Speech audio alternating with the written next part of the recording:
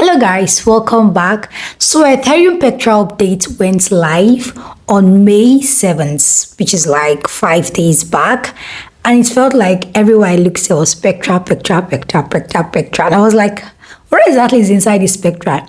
So let's dig deep and let's understand what this upgrades meant for the parties involved. So we're going to be starting with EIP 7251. So look at the problem here. The problem is that there are now too many validators on the Ethereum network and it's causing inefficiency for them. So see the problem here. For you to be a validator, you have to stake 32 ETH. And let's say you have more than 32 ETH that you want to stake. It means that you have to split this your amount that you want to stake into 32-bit chunks. So let's say you have like 64 or even more than that. You have to split it into two. Then you have to maintain 2 validators. You get? So this is actually a struggle for validators, and in turn it became a struggle for the network itself. So the fix is now that you can now stake up to 2048 ETH, and that's a lot. That's a lot.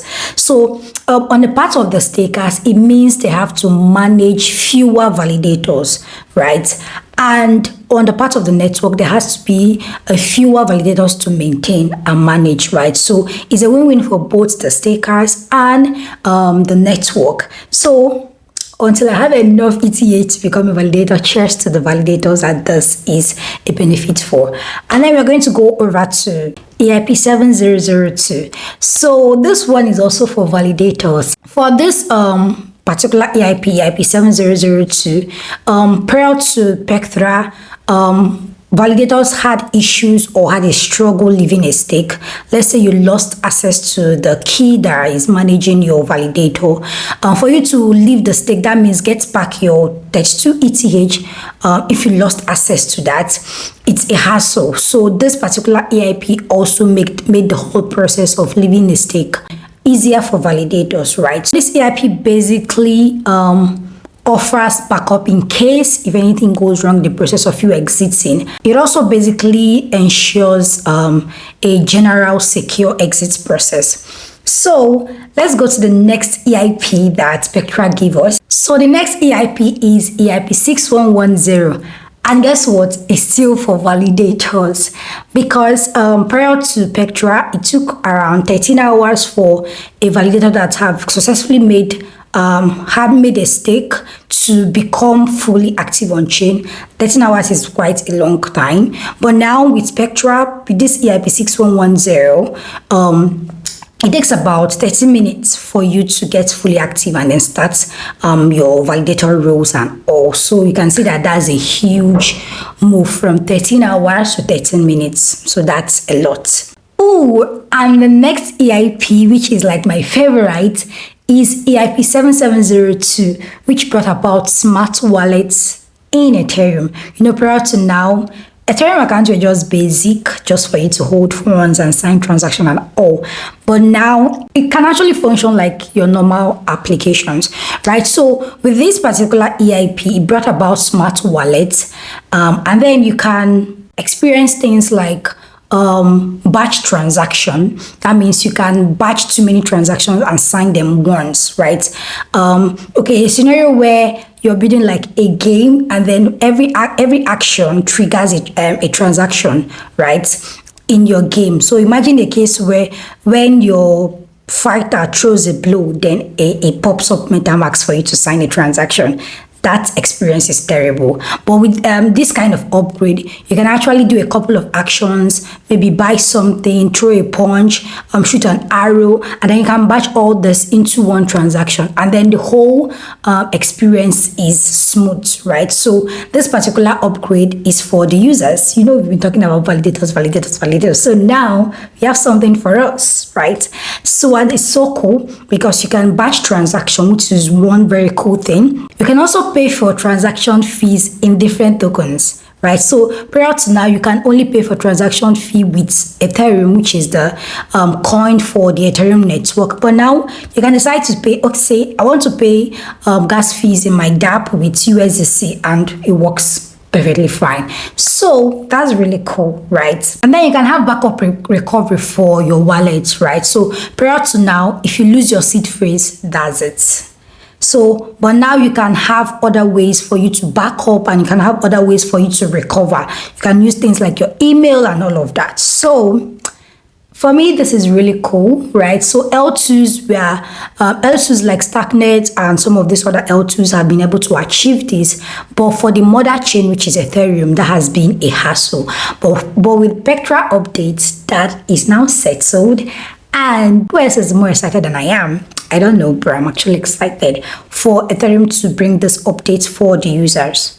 So another update is EIP 4844, and this one involves doubling the size of blobs. And you know, blobs are what is used to store data for L2s, and at the end of the day, this particular update means that Ethereum can now process more data from L2s, and at the end of the day, it basically leads to lowering gas fees, which is what all of us want at the end of the day. We want lower and lower and lower gas fees until it becomes negligible, right? So this particular update did that for L2s, and that means we should be expecting even lower and even faster transactions for L2s. Another update is the Verkle trees, not Merkle. Verkle trees update, and you know, Ethereum data keep getting larger and larger and larger, and it makes it even more difficult for people to run full nodes because the data keep increasing. So with Verkle trees update, it means that data becomes reduced and even faster to verify. That way, the rate at which Ethereum data keep compounding and getting bigger, it's a lot more reduced and encourages people to run full nodes and all of that. So that is the update with Verkle trees. Then another update that I'm excited about is the PeerDAS, which is EIP 7594. So you know how L2s at the end of the day, after doing some level of work off chain, they have to come back with data, even though it's minimal there, but they still have to return with some data that the L2 validators has to work with to verify that whatever happened on off chain is valid on chain. So there still has to be like a level of verification that has to happen on Ethereum, right? You know, as more people get to use L2s, it means that L2s get more transactions and all of that done off chain. And once they come back to Ethereum, and then if there's so much of the use of L2s, then they still have to come back to Ethereum and queue, which is actually what we are trying to avoid by this whole scalability with L2s. If you have to still come back to Ethereum and still wait, like, so that is what this PeerDAS came to address. So with PeerDAS, let's make an analogy, right? So let's see Ethereum as a post office, right?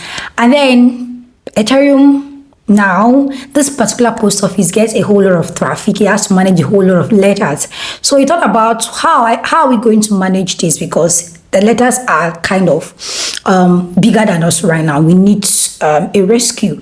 And then they said, okay, we are going to hire private delivery agents or delivery services such that they can handle local posting of letters and or collecting and also taking to local recipients, right? So by the end of the day, Ethereum needs to have a way for them to know that this private delivery agents that they hired actually does their job well and they delivered it to the right person. They just want a way for them to verify that these letters were delivered appropriately and promptly. So these private delivery agents have to always, once they are done with their delivery for the day or for a period of time, they can actually bring a summary or a proof showing that they actually delivered and this recipient got their letters. But the problem now is that more and more users started to know these private delivery companies and they are just very comfortable to work with them. So they get a lot of work to do in a day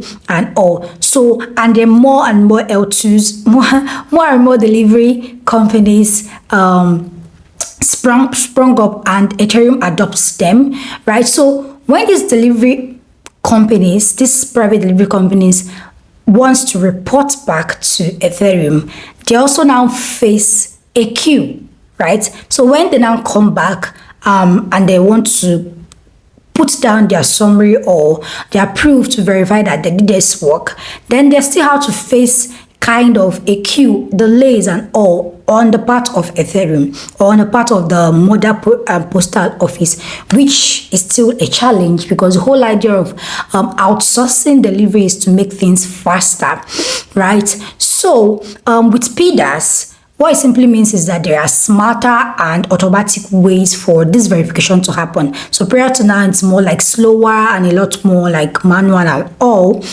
But now it's a lot more automatic and smart, kind of. So that is what PeerDAS brought about for this whole process I just explained. So the PeerDAS basically in the peripheral of things just basically makes verification more automated, secure and faster for Ethereum, and also makes sharing of information with the Ethereum and even other L2s even easier, and even better tools for tracking what has been delivered by who or where and all of that. So this is what PeerDAS brought about for L2s and Ethereum. So you can see the whole PeerDAS update as like modernizing the postal office, right? Instead of having to do a lot of paperwork and manual things, you're making things automated and verification is faster. And end of the day, it all warrants to